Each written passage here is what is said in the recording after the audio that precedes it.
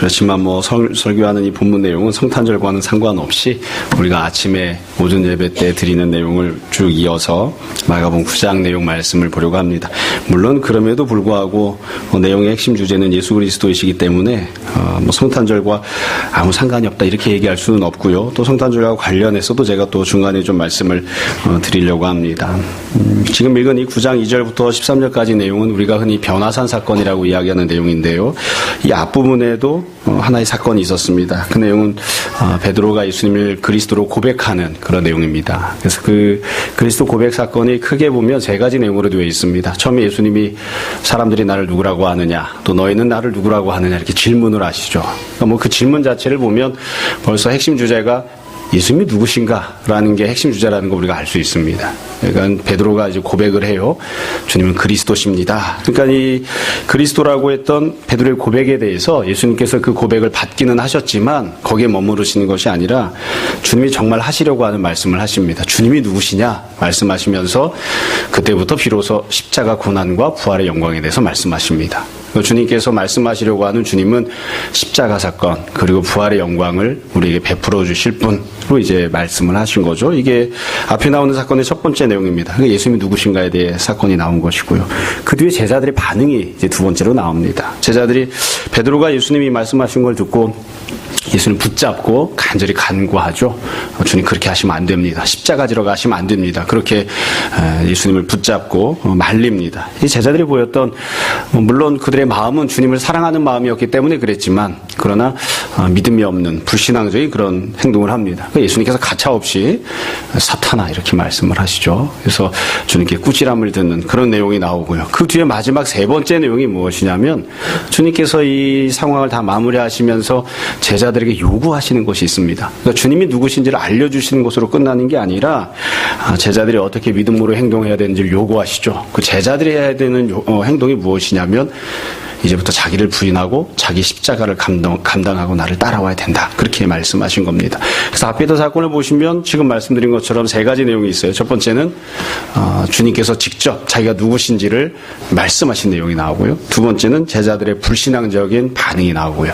세 번째는 이런 제자들을 향해 주님이 주시는 권면과 명령이 나옵니다. 지금 우리가 읽은 이 변화산 사건도 마찬가지로 동일하게 세 가지 내용으로 되어 있습니다. 제일 처음에 예수님이 어떤 분이신지가 나타나고 두 번째로는 제자들의 반응, 그리고 맨 마지막에 주님께서 제자들에게 어떤 일을 명령하시는지 그 내용으로 되어 있습니다. 먼저 제일 처음에 예수님이 어떤 분이신지를 볼게요. 이 본문 2절 3절에 보시면 이 사건에서 제일 유명한 부분이죠. 예수님께서 베드로, 야고보, 요한 세 사람만 따로 데리고 높은 산으로 가셨는데 그들 앞에서 변형이 되셨습니다. 이 형태가 변하셔서 3절에 보시면 옷이 광채가 난다. 세상에서 빨래하는 자가 그렇게 희귀할 수 없을 만큼 매우 휘어졌더라. 그래서 예수님의 몸도 변화하고 예수님의 옷도 변화하는 그런 모습이 이제 생깁니다. 또 이 장면 이후에 4절에 보시면 또 다른 사람들이 등장을 해요. 엘리야와 모세가 함께 그들에게 나타납니다. 그리고 예수님과 더불어 이런저런 이야기를 했다 되어 있습니다.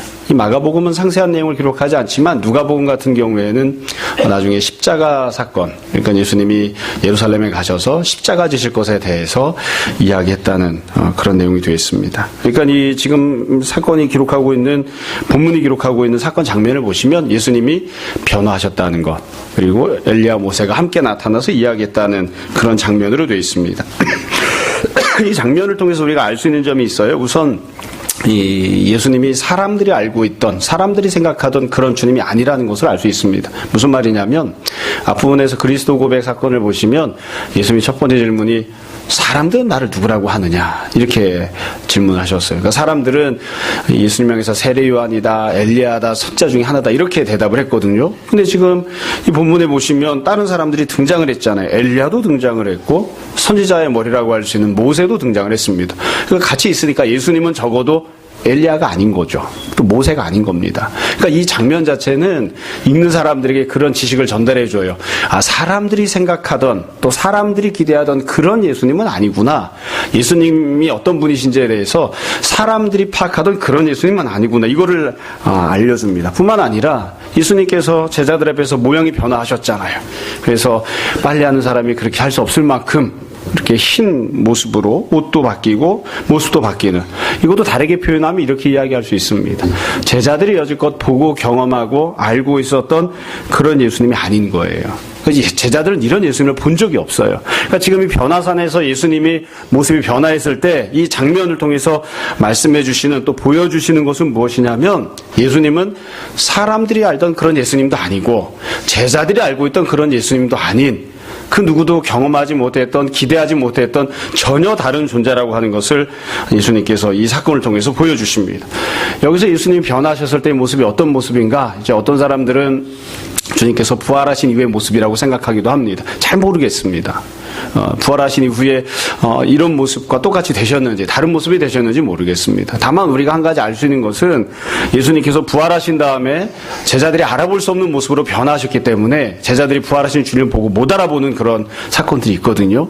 그 이후에 주님이 승천하시죠. 승천하시고 나서 우리가 예전에 나누었던 요한계시록 말씀을 보면 반모섬에 주님이 임재하시는데, 그 반모섬에 내려오셨던 예수님의 모습은 부활하셨을 때의 모습과도 다르고 승천하셨을 때의 모습과도 다릅니다. 그러니까 예수님께서 계속해서 주님의 영광스러운 모습이 조금씩 더 점진적으로 드러나기 때문에, 지금 여기서 변화하셨던 이 변화산의 모습이 과연 최종적으로 예수님의 완전한 영광을 보여주시고 있는 것인지는 잘 모르겠습니다. 여하튼 제자들이 알지 못했던 새로운 예수님을 지금 보는 거예요. 여러분, 예수님께서 자기가 어떤 분이신지를 새로 지금 보여주시는데, 보여주시는 방식도 앞에 부분과는 좀 다릅니다. 앞부분에서는 주님께서 십자가를 질 것이다, 부활할 것이다 말씀을 하셨죠. 그래서 주님이 누구신지를 알려주시면서 말씀을 통해 알려주셨습니다. 그러니까 우리가 예수님이 누군지를 알려고 하면 기록된 성경이나 주님이 주신 말씀을 읽고 배운 것을 통해서 주님을 더 깊이 알 수 있습니다. 근데 지금 이 장면은 어떠냐면, 말씀을 통해서 알려주신 게 아니라 직접 주님의 모습을 보여주셨죠. 물론 오늘날 우리는 예수님의 모습을 직접 볼 수는 없지만, 주님께서 주님을 보여주시고 경험하게 하시고 누리게 하시는 것을 통해서 주님이 누구신지를 알려주십니다. 이후에 사도행전이나 뒤로 가면 또 다른 방식으로 주님이 자기가 누구인지를 더 세밀하게 알게 하십니다. 성령님께서 오셔서 여러 가지 은사들이나 능력들을 행하게 하시고, 사역하는 과정 속에서 돕게 하시고, 기타 여러 가지 은혜들을 베풀어 주세요. 그래서 여러 가지 은혜와 방법들을 통해서 주님이 누구신지를 더 깊이 깨닫고 알 수 있게끔 그렇게 해주십니다. 그래서 지금 본문에서 우리가 중요하게 생각해야 되는 첫 번째, 예수님이 자신이 누구이신지를 여지껏 알고 있었던 것, 여지껏 생각했던 것, 여지껏 경험했던 것 이상으로 말씀을 통해서, 또 직접 목격하는 방식을 통해서, 또 다른 은혜들을 통해서 알게 해주십니다. 그래서 신앙생활에 있어서 우리가 성장을 한다고 하는 것은 역시 뭐니 해도 주님이 어떤 분이신지를 더 깊이 아는, 더 좀 정확하고 명확히 아는, 또 더 풍성하게 알아가는 것이 신앙이 성장하는 것입니다.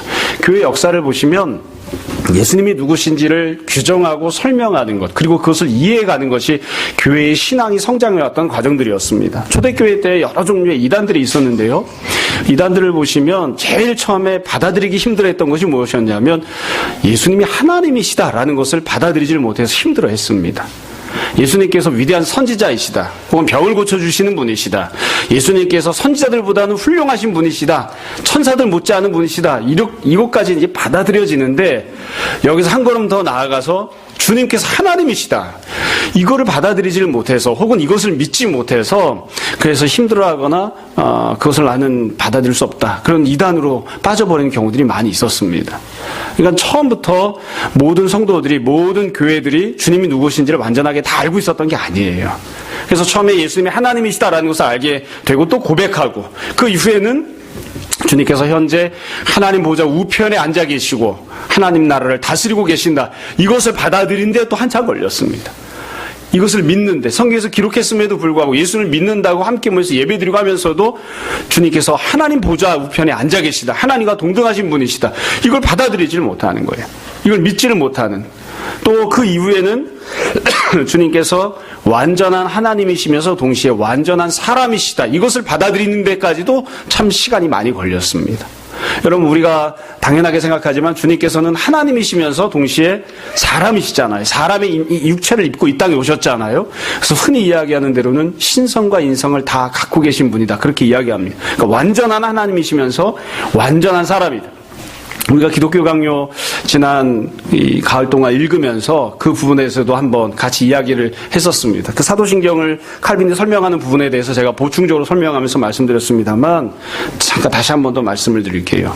예수님께서 이 땅에 오셨을 때 하나님으로 오셨습니다. 여러분 우리가 고백하는 대로 하나님께서는 천지를 창조하시기 이전에 태초부터 계셨습니다.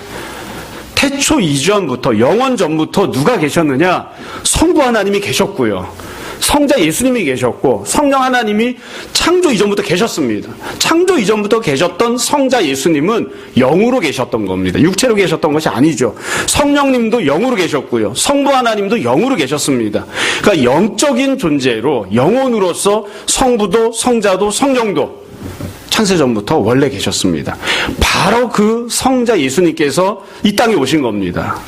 이 땅에 그 성자 예수님께서 영이셨던 하나님, 이 창조전부터 존재하셨던 그 성자 예수님께서 이 땅에 오신 거예요. 다만 오실 때 어떻게 오셨느냐? 영인 그대로 오신 게 아니라 육신을 입고 이 땅에 오셨죠. 육신을 입고 이 땅에 왔다. 또 사람으로 이 땅에 왔다는 건 무슨 뜻이냐면 우리가 알고 고백하는 대로 성경의 기록을 그대로 받는 것처럼 예수님께서는 성령으로 잉태되셨습니다. 성령으로 잉태되었다고 하는 것은 무슨 말이냐면 성령님께서 예수님의 영혼을 만들었다는 뜻이 아닙니다. 예수님의 영혼은 이미 창조 이전부터, 창세 이전부터 성자 예수님의 영으로 존재하고 있었어요. 그래서 이 땅에 오신 예수님의 영혼은 그 이전부터 있었던, 창세 이전부터 있었던 예수 그리스도, 영이신 예수 그리스도께서 예수님의 영혼으로 계신 것이고, 그 영혼이 육신을 입고 오실 때에 그 이 땅에 존재하던 육체를 성령님께서 성령의 방식으로 잉태케 하셔서 육체를 만드셨다는 겁니다. 그러니까 사람은 영혼과 육체로 되어 있잖아요. 그러니까 이 지상에 계셨던 예수님께서도 영혼과 육체로 되어 있습니다. 그런데 이 지상에서 사역하셨던 예수님의 영혼은 창세 이전부터 원래부터 존재하셨던 성자 예수 그리스도이십니다. 그럼 이 땅에 계실 때 예수님의 육체는 우리와 다르게 우리는 아버지와 어머니 사이에서 육체가 만들어져서 우리가 태어났지만 예수님의 육체는 그게 아니라 성령님께서 마리아의 태중에 직접 육체를 만들어 주신 거예요. 그래서 성령으로 잉태되었다는 것은 다시 말씀드리지만 예수님의 영혼을 성령님이 만드셨다는 뜻이 아닙니다.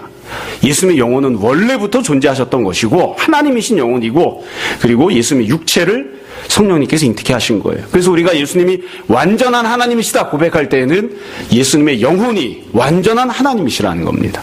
예수님이 완전한 인간이다라고 하는 것은 예수님의 육체가 우리와 똑같은 완전한 육체라는, 완전한 인간이라는 뜻입니다. 그래서 우리가 만약에 이 지상에서 사역하시던 예수님 우리와 똑같은 존재로 여기면 그건 육적으로 보았을 때는 똑같은 존재이죠. 그러나 예수님의 영혼과 우리의 영혼은 본질적으로 다릅니다. 그래서 우리가 예수님을 하나님이라고 고백하고 하나님의 아들이라고 믿고 인정을 하는 것이죠.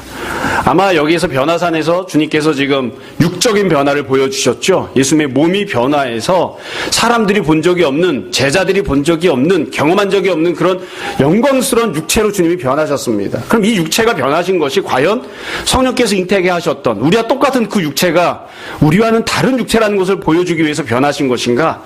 물론 그럴 수도 있습니다만 제가 생각할 땐 그건 아닌 것 같아요. 그러니까 예수님의 영혼이 창세전부터 계셨던 하나님이신 성자 예수님의 영혼이라고 하는 것을 육적인 변화를 통해서 제자들이 인식하고 깨달을 수 있게끔 도우시고자 육적인 변화를 하신 것이지 이것이 예수님이 나는 너희와 다른 육적인 존재야 이걸 보여주시려고 하셨던 건 아닌 것 같습니다. 다시 말씀드립니다만 그렇기 때문에 지금 변화산에서 주님께서 변하셨던 이 모습은 예수님의 영광을 완전하게 다 보여주었는가 그렇게 보기는 어려울 것 같습니다. 아마 여러분들 결혼할 때 보면 신랑들이 특히 그런 얘기를 하죠. 자기가 사랑해서 결혼하려고 하는 여자가 예뻐서 결혼을 하는데 결혼식장에 갔더니만 내 아내가 이렇게 예쁜 줄 몰랐다. 그렇게 놀라는 경우들이 있죠. 그렇죠. 예. 화장이 아니라 변장에 가까운 그런 경우들이 있어서 그럴 수도 있지만 우리가 천국에 가면 나는 예수님이 영광스러운 분이라고 알았지만 이렇게 영광스러운 하나님이신 것은 정말 온전히 내가 잘 몰랐습니다. 아마 그렇게 고백하게 될 겁니다. 제자들도 그와 같은 영광스러운 예수님을 지금 보고 있는 거예요. 자, 정리를 하겠습니다. 변화산에서 나타나는 제일 중요한 첫 번째, 예수님은 도대체 어떤 분이신가를 이 장면이 보여줍니다. 사람들이 알지 못했던, 제자들도 경험한 적이 없었던 하나님이신, 하나님의 아들이신 예수님이 주님의 온전한 영광을 완전히 보여주시진 않으셨지만 일정 부분을 사람들의 기대와 사람들의 경험을 넘어서는 모습으로 보여주시는, 주님께서 하나님의 아들이심을 직접 가시적인 방식으로 보여주시는 것이 바로 이 변화산 사건입니다. 두 번째로, 그럼 주님께서 이렇게 어떤 분이신지를 나타내 주셨을 때에 제자들은 어떻게 반응을 했는가? 4절에 보시면, 중간에 5절에 보시면 베드로의 대답이 나옵니다. 이렇게 되어 있습니다. 베드로가 예수께 고하되 랍비여, 우리가 여기 있는 것이 좋사오니 우리가 초막 셋을 짓되 하나는 주를 위하여, 하나는 모세를 위하여, 하나는 엘리야를 위하여 하사이다 하니. 그리고 이 베드로가 했던 고백이 나오는데, 베드로만이 했던 것이 아니라 같이 갔던 야고보나 요한도 아마 비슷한 생각이 아니었을까 싶습니다. 베드로가 했던 말이 크게 보면 세 가지 내용인데, 세 가지 내용이 다 못된 말입니다. 별로 이렇게 좋은 바람직한 내용이 아니에요. 우선 베드로가 예수님을 부를 때 뭐라고 부르나요? 랍비여 라고 부릅니다. 여러분, 예수님을 랍비라고 부를 수도 있습니다. 실제로 사람들도 예수님을 랍비라고 부르기도 했고 예수님이 랍비처럼 사역하기도 했습니다. 그러나 이 랍비라고 하는 호칭은 별로 타당한 호칭이 아닙니다. 왜냐하면 방금 전에, 지금 우리가 읽은 본문 이전에 베드로가 예수님을 뭐라고 고백했냐면 주님은 그리스도십니다. 그렇게 고백했잖아요. 그래서 호칭이 내려온 거예요. 적어도 지금 예수님을 향해서 뭐라고 불러야 마땅할까요? 메시아여, 그리스도여, 이렇게 불러야 되겠죠. 근데 베드로가 예수님을 향해서 메시아라고 부르지 않고 랍비라고 부르고 있어요. 그러니까 문자만 놓고 보면 이 호칭이 별로 틀린 호칭은 아니지만 관계를 중심으로 놓고 보면 예수님을 인식하는 그 부분에 있어서는 좀 내려온 거예요. 조금 더 솔직하게, 조금 더 적극적으로 보자고요. 방금 전에 말씀드린 것처럼 예수님께서 변하신 모습을 통해서 보여주셨죠. 주님이 누구십니까? 하나님의 아들이심을, 하나님의 아들로서의 영광을 보여주셨잖아요. 그러니까 지금 마땅히 베드로는 뭐라고 불러야 되냐면 랍비여 이렇게 부르는 게 아니라, 그리스도여 이렇게 부르는 게 아니라 하나님의 아들이시여 이렇게 불러야 사실은 타당한 겁니다. 근데 베드로가 그렇게 부르지를 못해요. 그러니까 예수님께서 주님이 누구신지를 보여주신 것에 대해서 온전한 믿음으로 반응하지 못한 거예요. 보았음에도 불구하고, 목격했음에도 불구하고, 은혜를 받았음에도 불구하고, 그럼에도 불구하고 그 은혜에 합당한 모습으로 반응하지 못하고 있는 거죠. 그 뒤엔 뭐라고 이야기하냐면, 두 번째로 베드로가 했던 이야기는 우리가 여기 있는 것이 좋습니다. 이렇게 표현합니다. 우리가 여기 있는 것이 좋습니다. 여러분, 이 본문에서 보면 베드로는 스스로 무엇이 좋다 나쁘다를 평가하고 판단합니다. 다른 식으로 표현하면 무엇이 선한 것인지 무엇이 악한 것인지를 판단하고 평가를 해요. 누가 이 평가를 하고 있느냐? 베드로가 평가를 하고 있는 거예요. 그런 점에서 이게 매우 옳지 않습니다. 타당하지 않은 거예요. 무엇이 좋은 것인지 무엇이 나쁜 것인지, 무엇이 선한 것인지 무엇이 악한 것인지는 누가 판단합니까? 예수님께서 판단하시는 거예요. 주님께서 판단하셔야 되는데 주님께서 판단하시는 평가를 듣거나 주님을 따라가는 게 아니라 자기가 평가를 해요. 내가 여기 있는 것이 좋습니다가 아니라 나도 여기에 있고 주님도 여기에 계시고 그것이 타당합니다. 그렇게 평가를 하고 있는 거예요. 그런 점에서 이게 별로 옳지 않은 것이죠. 물론 베드로가 이런 이야기를 할 때에 악한 의도를 갖고 있었느냐? 전혀 그렇지 않습니다. 베드로는 선한 의도를 갖고 이야기를 한 것입니다. 좋은 뜻을 가지고 말하는 거예요. 앞부분에서 그리스도 고백 장면에서도 생각해 보세요. 베드로가 예수님께 주님을 붙들고서 주님이 십자가 지러 가시면 안 됩니다라고 그렇게 가로막았을 때 예수님이 미워서 그랬나요? 아닙니다. 자기 딴에는 예수님을 사랑하기 때문에 그렇게 행동한 겁니다. 근데 문제는 내가 진실한 마음으로 했는가 악한 마음으로 했는가, 이거보다 더 중요한 것이 따로 있다는 거죠. 그것이 과연 주님을 기준 삼고 있는가 아니면 나 자신을 기준 삼고 있는가, 이게 매우 중요한 것입니다. 그러니까 주님께서 평가를 하실 때에 네가 온전한 마음으로 했느냐 그렇지 않은 마음으로 했느냐 이것도 바라보시지만 그보다 더 중요한 건 내가 너에게 명령한 대로 순종했는가, 예수 그리스도를 기준 삼았는가, 아니면 네가 하고자 했던 너 자신을 기준 삼는 방식으로 했는가, 이게 더 훨씬 더 중요한 기준입니다. 그래서 베드로는 스스로 평가를 합니다. 지금 여기 있는 것이 나에게도 주님에게도 여기 있는 다른 제자들에게도 좋습니다. 마치 선악과를 따먹고 하나님을 향해서 왜 선악과를 만들었느냐, 하나님이 이렇게 하는 것은 옳다, 하나님이 이렇게 행동하는 것은 옳지 않다, 그렇게 악한 인간들이 평가하는 것처럼 그렇게 행동을 하고 있는 거예요. 그렇기 때문에 이게 매우 옳지 않은 그런 행동입니다. 다 이해가 되시죠? 다시 말씀드리면 베드로가 했던 이 태도는, 베드로가 주님 앞에 말씀드렸던 말을 했던 이 태도는 자기 자신을 기준 삼은 것이었기 때문에 별로 타당하지 않는 그런 모습입니다. 여러분, 우리가 늘 이야기하고 고백하는 것처럼 제자라고 하는 것은 무엇이냐? 따라가는 사람입니다. 따라가는 사람. 누가 앞서는 것입니까? 예수님께서 앞서시고 제자는 따라가는 것입니다. 그래서 제자는 쉽게 주님을 향해서 이게 좋습니다, 이게 나쁩니다, 여기로 가십시오. 저기로 가십시오. 이렇게 말할 수 없습니다. 그건 주님이 하실 몫입니다. 또 우리가 해야 할 일은 무엇이냐면, 주님, 어떻게 하는 것이 좋겠습니까? 무엇이 주님의 뜻에 합당합니까? 제가 무엇을 해야 됩니까? 이렇게 여쭤봐야 되는 것이지, 주님, 이렇게 하는 것이 좋은 것입니다. 이렇게 하는 것이 주님께 합당합니다. 이런 이야기는 우리가 할 수 있는 이야기가 아닙니다. 그런 점에서 베드로의 이야기가 좋지 않은 것이죠. 그 뒤에 베드로가 세 번째로 했던 이야기는 무엇이냐면, 베드로가 이야기를 해요.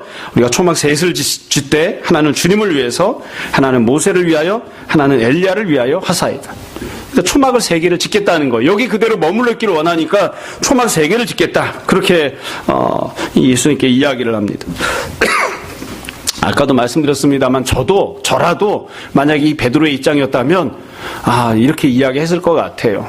여러분, 우스갯소리처럼 늘 말씀드리지만, 여러분 교회에서 있는 목사님이 설교하는데 옆에 모세가 나타나서 모세가 설교를 한다 그러면 여러분은 누구한테 가시겠습니까? 여러분은 목사한테 올지 모르지만 저는 모세한테 갈 겁니다. 모세가 설교하는데 모세 설교하는 걸 들으러 가지 왜 목사 나부랭이가 하는 설교를 들으러 갑니까? 저는 모세한테 갈 겁니다. 그러니까 이 베드로가 여기 초막 셋을 짓고 여기서 모세도 보고 엘리야도 보고, 이거 별로 나쁜 그런 의도가 아니에요. 좋은 뜻을 가지고 그렇게 행동을 하는 것이라고요. 그러나 아까도 말씀드렸던 것처럼 또 지금도 마찬가지입니다. 예수님께서는 여기 머무르시고자 하시는 뜻이 없어요. 주님께서 앞부분부터 계속 말씀하신 게 무엇입니까? 십자가를 지러 가시겠다는 겁니다. 십자가를 지러 가시겠다는 거예요. 지금 현재 여기에서 내가 받은 은혜가 아무리 커도, 그것이 내가 받은 은혜가 아무리 대단해도, 내가 예수님에 대해서 이전보다 훨씬 더 많은 것을 깨달았다 할지라도 지금 받은 은혜가 나빠서가 아니에요. 악해서가 아니에요. 작아서가 아니에요. 크고 놀라운 은혜를 지금 받았지만, 그러나 내가 여기에 그대로 머물러 있겠다고 주장하거나 고집하거나, 예수님이 여기서 계속 그 은혜를 나에게 베풀고 있어야 된다고 주님을 향해서 고집을 부리면, 주장을 하면 그건 결코 옳은 것이 아닙니다. 초막을 짓고 여기에 머물러 계시던 초막을 걷어치우고 이 또 초막도 걷어치우고 십자가를 지러 가시건, 그건 주님이 정하시는 거예요. 그러니까 베드로가 예수님께 물어봐야 되는 거죠. 내용도 옳지 않은 거예요. 지금 주님 어떻게 해야 되겠습니까? 주님이 말씀하시면 제가 듣겠습니다. 주님께서 초막을 치라고 하시면 초막을 치겠습니다. 지어져 있었던 예배당도 헐라고 하시면 제가 다 헐어버리겠습니다. 어떻게 하는 것이 주님이 원하시는 것입니까? 주님이 가신다고 하시면 제가 따라가겠습니다. 주님이 쓰신다고 하면 제가 멈춰 쓰겠습니다. 그래야 되는데, 베드로는 자기 딴에는 주님은 가만히 앉아 계시면 됩니다. 수고하고 노력하고 희생하고 헌신하는 건 제가 할 테니까, 제가 초막을 지어드릴 테니까 예수님 여기 계십시오. 여기서 예수님과 지내는 게 얼마나 좋은지 모르겠습니다. 이게 그래서 옳지 않은 행동인 거예요. 여러분, 내용만 다를 뿐이지, 방식만 다를 뿐이지 본질은 똑같습니다. 앞부분에서 그리스도를 고백했을 때 베드로가 어떻게 합니까? 십자가 지러 가는 예수님을 가로막죠. 가서는 안 됩니다. 가로막습니다. 방식만 다를 뿐이에요. 표현만 다를 뿐이에요. 지금도 마찬가지예요. 십자가를 지러 가시면 안 됩니다. 주님이 가시러 가는 곳으로 가시면 안 되고, 내가 원하는 곳, 내가 원하는 방식, 내가 받기를 원하는 그 은혜를 여기서 나에게 베풀어 주시고 여기서 계속 나와 함께 하셨으면 좋겠습니다. 이렇게 지금 이야기를 하는 거예요. 다시 말씀드려요. 은혜를 받고 말씀을 듣고 주님과 함께 하겠다고 하는 측면에서 누가 여기에 나쁘다고 이야기를 하겠습니까? 근데 그런 측면에서가 아니라 주님께서 정말 하시려고 하는 것, 주님이 원하시려고 하는 것을 베드로가 순종하는 그런 모습이 아니기 때문에 이게 옳지 않다는 것이죠. 여러분, 본문에는 나오지 않습니다만 예수님께서 지금은 굉장히 마음이 약해지신 것 같아요. 베드로를 향해서 꾸지람을 만약에 하신다면 뭐라고 꾸지람을 하셨을까? 주님도 안 하셨는데 제가 이런 걸 자꾸 상상하는 게 나쁜 일이기는 한데 한번 생각해 보십시오. 베드로가 이렇게 주님을 향해서 그리스도라고도 부르지 않고 하나님의 아들이라고 부르지 않고, 주님께서 무엇을 원하십니까? 묻지도 않고, 주님께서 가시는 곳에 따라가겠습니다, 그렇게 순종하는 대답을 하지도 않았을 때 이 예수님께서 베드로를 꾸짖으신다면 뭐라고 꾸짖으셨을까요? 1번 사탄아, 2번 사탄아, 3번 사탄 새끼야. 앞에서 예수님께서 베드로가 그리스도를 고백했음에도 불구하고 십자가를 가로막았을 때 사탄이라고 말씀하셨잖아요. 지금도 사실은 사탄이라고 꾸지람 받아야 되는 그런 모습인 겁니다. 여러분, 어려운 내용이 아니죠. 우리는 예수님을 만난 뒤에, 예수님이 누구신지를 경험한 뒤에, 은혜를 받은 뒤에 어떻게 하는가, 그 은혜가 귀하기 때문에 내가 주님 받은 이 은혜를 계속 여기서 누리고만 있게 해주십시오. 혹시 그렇게 하면서 누가 봐도 그게 왜 뭐 틀린 내용이 아니니까, 누가 봐도 그건 열심히 사는 것이니까, 성실히 사는 것이니까, 신앙생활을 나름대로 하고 있는 것이니까, 그러니까 나름대로 초막을 지으면서 주님 여기 그대로 계십시오, 이렇게 주님을 붙잡고 주님이 가고자 하시는 곳, 주님이 하시고자 하시는 일이 아닌 내가 주님께 강요하는 일들을 주님께 말씀드리고 있는 그런 모습은 아닌지 우리가 늘 생각해 봐야 됩니다. 자, 마지막 세 번째입니다. 이 모든 장면들이 지나가고 난 다음에 하나님께서 말씀하십니다. 앞부분의 그리스도 고백에서는 예수님께서 제자들에게 요구를 하셨어요. 어떻게 해야 되는지를 제자들에게 요구를 하셨는데, 지금은 예수님께서 말씀하지 않고 하나님께서 말씀하셨습니다. 만약 예수님께서 말씀하셨으면 뭐라고 말씀하셨을까? 제 생각할 때는 그런 것 같습니다. 너는 왜 나를 랍비라고 부르느냐? 그러셨을 것 같아요. 너는 왜 내가 시키지도 않는데 초막을 짓겠다고 그러느냐?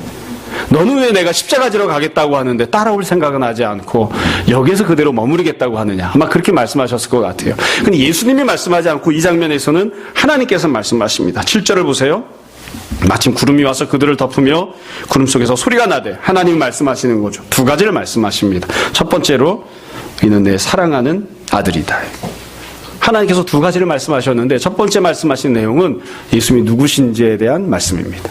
예수님이 누구신지. 그러니까 왜 예수님이 변화하셨는지, 이 변화하신 모습을 통해서 하나님께서 알려주시려고 하는 것이 무엇인지를 하나님께서 직접 설명하신 거예요.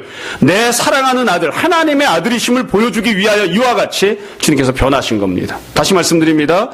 여기서 변화하신 목적은 예수님의 육체가 하나님의 아들이심을 보여주기 위해서가 아니라, 너희는 눈으로 보고 손으로 만지는 것 이외에는 믿지 않지만 예수님의 영혼이, 예수님께서 이 땅에 내려오신 그 신분이 하나님의 아들이심을 선포하시기 위해서 변하신 것입니다. 하나님께서 그래서 다시 선포하시는 거예요. 눈 똑바로 두고 잘 들어라. 눈 똑바로 뜨고 똑바로 쳐다봐라. 너희들이 랍비라고 부르는, 너희들이 십자가는 도저히 생각지도 않으면서 그리스도라고 고백했던 바로 이 사람이 누구냐? 하나님이 선포하십니다. 내 사랑하는 아들이다. 이 하나님의 첫 번째 선포예요. 두 번째 선포는 제자들을 향한 명령이 나옵니다. 너희는 그의 말을 들으라. 여러분, 너희는 그의 말을 들으라. 이 표현이 어떤 뜻일까? 여러 가지로 우리가 생각해 볼 수 있는데요. 그냥 뉘앙스를 살려서 생각하자면 전 그럴 것 같아요.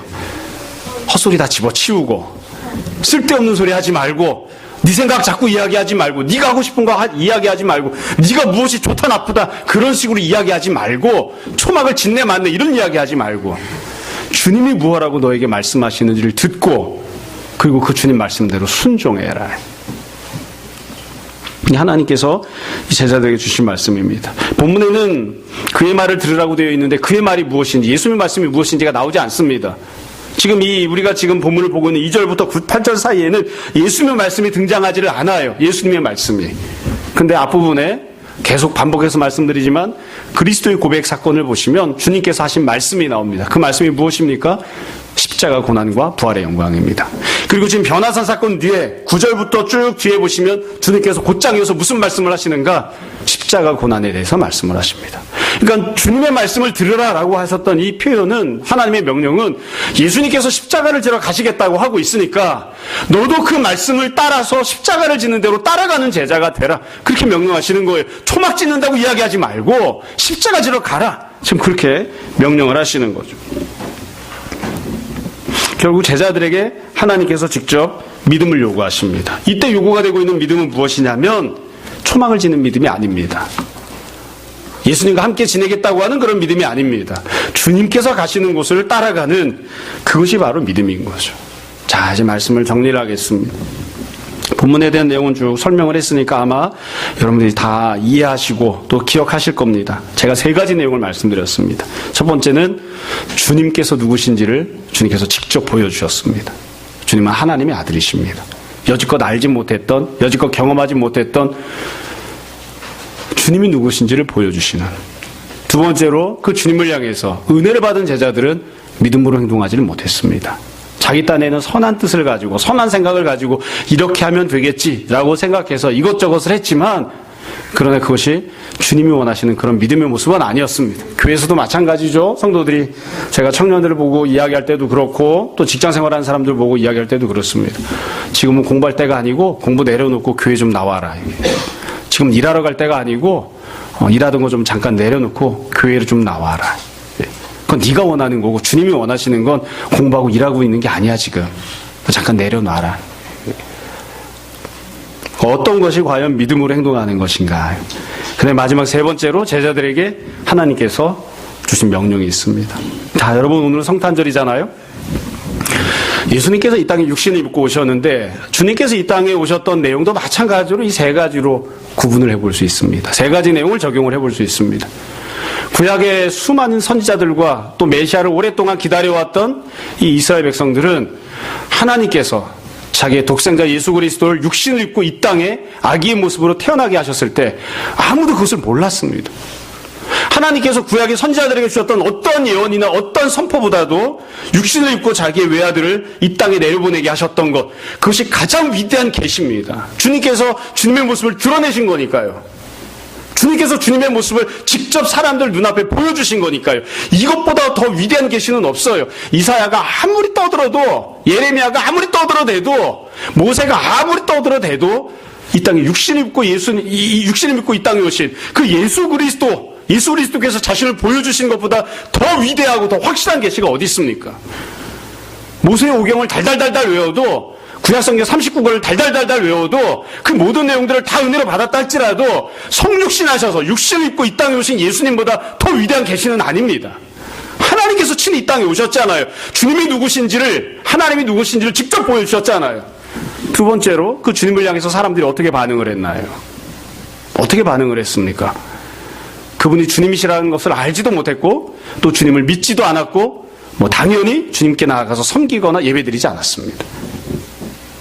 옳지 않은 불신앙적인 그런 행동들을 했던 것이죠. 세 번째로 하나님께서 무엇라고 사람들에게, 이스라엘 백성들과 우리에게 명령하십니까? 올해 성탄절이 되면 맨날 하는 이야기잖아요. 온 세상에 미친 기쁜 소식을 내가 너희들에게 선포한다. 그냥 유대인들에게만이 아니라, 잘 먹고 잘 사는 사람들에게만이 아니라 온 세상에 미칠 기쁜 소식을 내가 선포하겠다. 다윗의 동네에 너희를 위하여 구주가 나셨다. 너희를 위하여 주님께서 태어나셨다. 그리스도 주님이시다. 그 주님을 믿고 섬기고 예배드리는 자가 되고, 그리고 그 이후에 이 모든 계시를 주신 이후에 아기 예수님을 향해 그와 같이 선포하셨을 뿐만 아니라 주님께서 공생의 사역을 시작하시면서 제자들 부르시고 다시 12사도들 선택하시고 지금처럼 변화산 사건이 있게 하시고 이게 십자가 사건이 있게 하시고 부활케 하시고, 그래서 그 주님을 믿고 섬기는 자가 되라고 명령하십니다.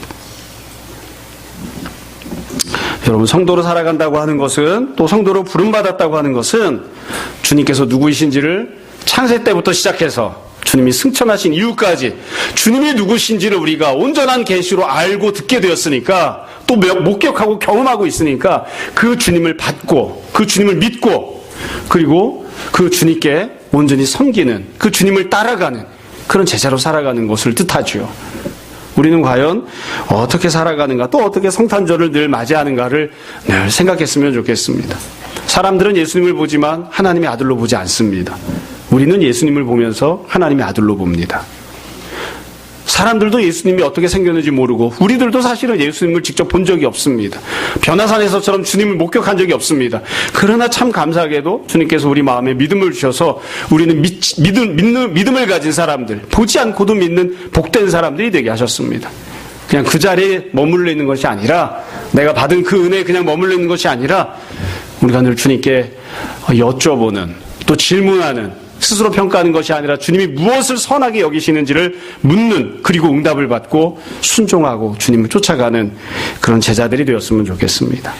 여러분, 신앙의 연수가 더해갈수록 주님이 누구신지를 말씀을 통해서, 경험을 통해서, 성령님의 역사심을 통해서 날마다 더욱더 깊이 깨닫는 우리들이 되고, 또 받은 은혜 그대로 머물러 있는 것이 아니라, 내가 지금 살고 있는 모습 그대로 머물러 있는 것이 아니라 주님께서 명령하시고 원하시는 대로 한 걸음 한 걸음 조금씩 더 순종하는 그런 우리들이 다 되었으면 좋겠습니다.